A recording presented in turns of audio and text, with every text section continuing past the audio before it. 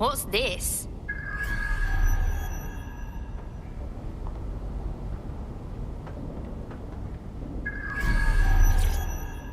Coming up today on The Upload, we're talking about Skye Larson, the enigmatic founder of Broca Tech.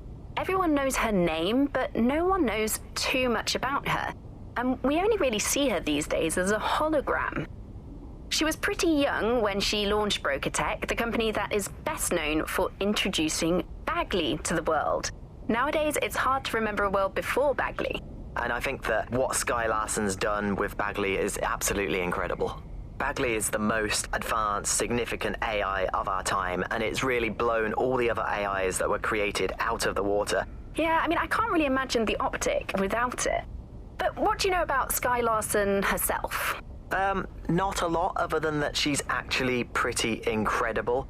I've followed her work for a long time, and she's always been a pretty private person. I know that she supposedly grew up in the countryside, but there isn't actually that much more we know about her other than this tech that she's put out into the world. I've always found it a bit creepy that she's so obsessed with this idea of transhumanism.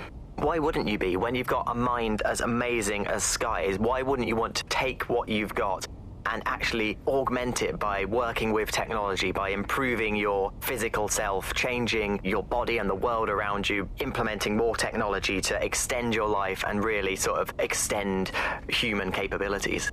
You sound pretty much in love with Skye Larson, I have to say. I can't comment on that, but I am a big fan of her work. She's been one of these people that has transformed the world around us, and just watching how her mind works from afar is pretty incredible, because some of what the technology she's introduced has changed how we all live our lives, and Bagley has been this really incredible assistance to humanity as a whole. Did I ever tell you that I actually interviewed Skye Larson once? Really? I thought she never spoke to the media or anything. So this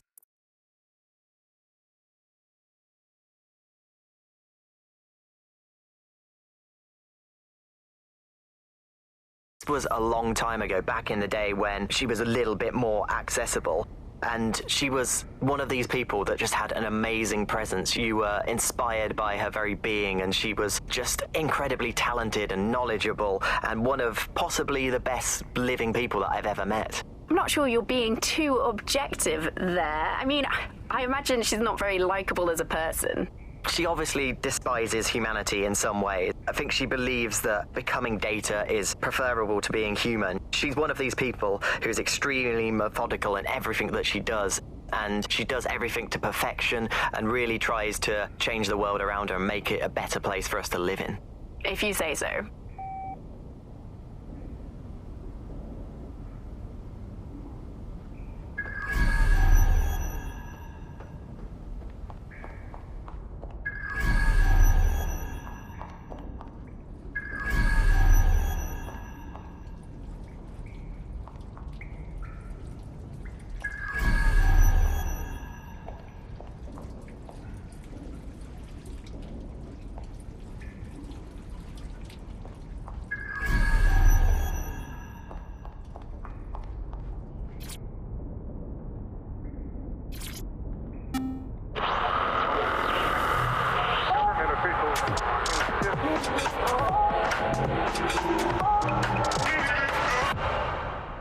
This is London Calling. You're listening to Buccaneer, your pirate podcast source for what they don't want you to know. I'm Tash, and this time we're giving a special shout out from us to the boys and girls at the Signal and Intelligence Response Service, better known as SIRS. Why not? They're going to be listening anyway. They're listening to everything. They probably know that you're listening to this show right now. But don't worry, we're not going to say anything bad about a massive, unaccountable spy organization that uses its powers to stifle dissent and shut down free speech. Instead, we're going to look at how SIRS became so powerful. And as usual, we'll keep everyone's names and locations secret, so SIRS doesn't come looking for them.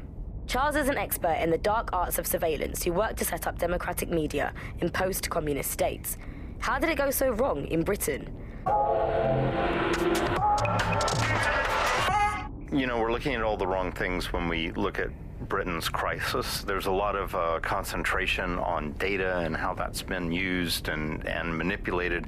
And what we haven't looked at is the power structures and the profit that lies behind this. For example, if we examine what actually happened, there's a company that's really very interested in selling passports and making it easy to provide visas for investment and so on. And historically, throughout the world, they've been working with this big data manipulation company in order to overthrow governments. And then suddenly all the chickens came home to roost. Nobody could find any receipts for what was paid for. Nobody could figure out how things were done, but everybody had a feeling that something really stunk, and they couldn't figure it out. And yet it was standing there in their face the whole time. So there's a couple of different ways that we got where it is that we are. I mean, one, you have a lot of smaller organizations, smaller power groups, companies as well, who are bending things just a little. Oh, we'll compromise a little bit, we'll bend the rules a little bit, and try to achieve what it is that we hope to achieve that's good for us. And if you add all of that up, what you end up with is a big wall moving in a big way from a lot of little buttons being pushed. But also there's this other thing that's going on here is the gathering of data and the analysis of data has authoritarianism contained within its DNA.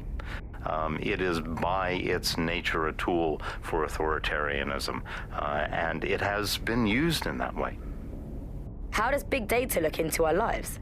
James covered it for the pre-crisis press. We're starting to see the merger of private data and that with data held by the state into what are called social credit systems. This is where every aspect of your behaviour is monitored and totted up by a central system to sort of score you as a person, a bit like a credit card, but predicated on all of your behaviour rather than just the money you're spending. And this can have profound impact. We're starting to see systems emerge which will punish you and stop you from doing things in society based on your behaviours. And this can be as trivial as if you jaywalk, if you cross the road in the wrong place, you might lose points. If you do some community activities or help your neighbours, you might earn points. And then this can be used to sort of evaluate you as a person. And this could mean, for example, the travel privileges, being able to travel first class or being denied from travelling first class, to not being allowed to travel at all. These systems are very real and very possible because of all of the data that is now held on us. Ian was a veteran political writer and podcaster back in the days of pre-crisis Britain. Is the world we're living in now fascist? Well, this is what fascism is. It is the complete and total control of the individual. The desire to basically say to the individual, nothing in your life matters. On an individual basis, you are now part of the whole, part of the nation, and the only meaning that you will find in your life is to become part of the nation. What is a nation? A nation doesn't mean anything, right? The nation is basically just encapsulated by the leader that takes over, that claims that he, has this sort of access to the soul of the country, to the soul of the people. He never does. It's just a myth. But that's what they go for. And on that basis, they take the right to control every aspect of your life, from who you talk to where you eat, to where you go to hang out with your friends. And what we're seeing now is a contemporary iteration of this process where you get corporations and the state operating in tandem, basically molded into one another. But that isn't that rare. I mean, you saw exactly the same thing in Nazi Germany. You look at the concentration camps that operated in Nazi Germany, there were private companies in those camps making use of that slave labor. Fascism often works with corporations, and it's doing the same now. That's the way in which they track what you do. That's the way in which they track who you talk to. They operate as each other's proxies. So if your ears are burning and you think someone might be watching you, you're probably right. They're watching all of us. I'm Tash, and you've been listening to Buccaneer. Keep listening, keep sharing the show, and keep it encrypted. They're watching us, but we're watching them too.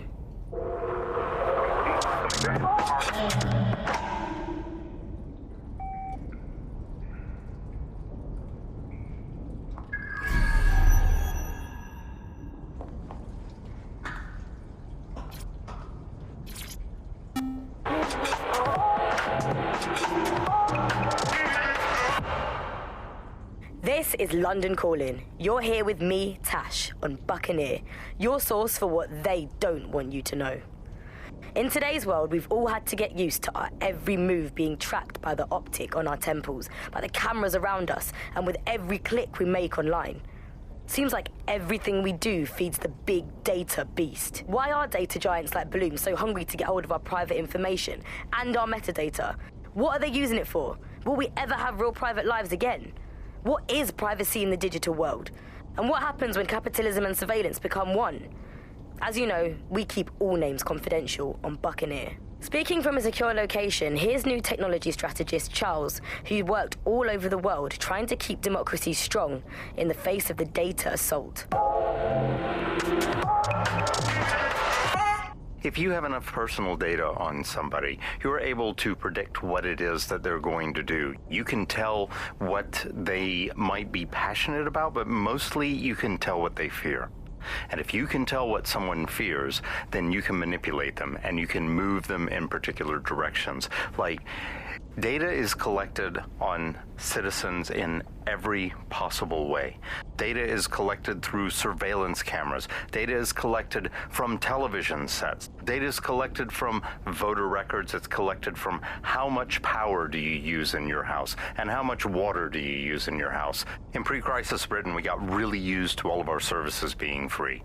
Everything suddenly became free that was digital. But what people forgot is that if you're not paying for it, then you're the product being sold. If technology brings out the worst in capitalism, capitalism brings out the worst in technology.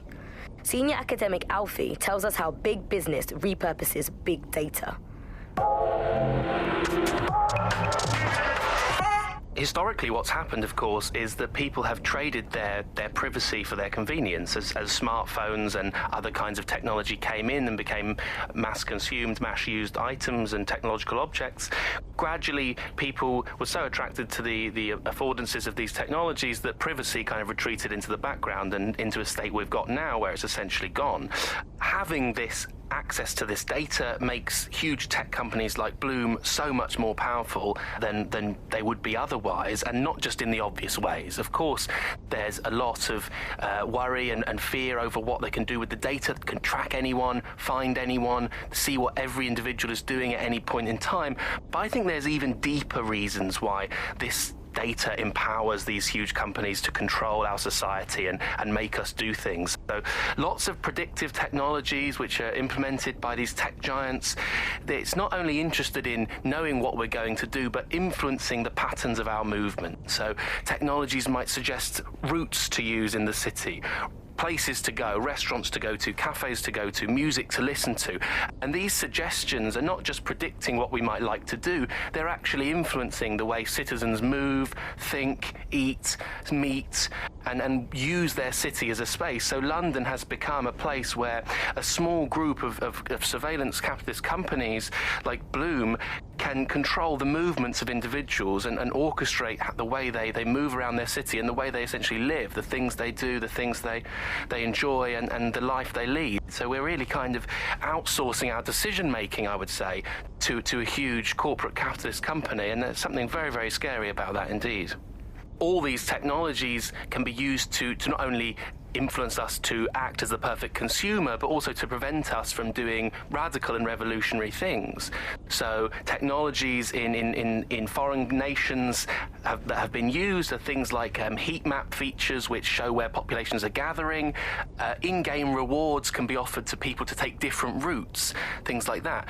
Traffic data can be manipulated to prevent people gathering and protesting, as has happened in some of the authoritarian regimes across the world recently. So what we're looking at is not only a set of technologies which make people behave as ideal consumers, but ones which actually can be put to use to prevent radical and disruptive behavior in the city, which limits the power of any kind of revolutionary force. So if you thought you had a private life, get used to it. You don't. And we're not going to reclaim our lives without a fight.